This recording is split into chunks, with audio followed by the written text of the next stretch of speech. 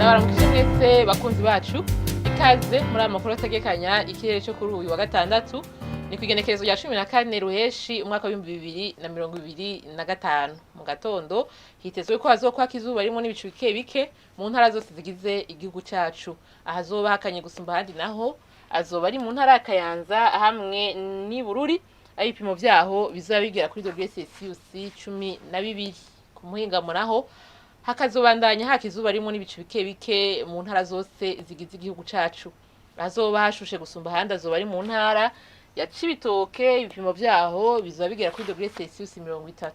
Ejo mu gatondo izuba ritekanijwe ko rizoseruka igihe cy'isaha 12 zirenga ku minota 5 rirenge igihe cy'isaha 12 zirenga ko umunota umwe z'umugoroba.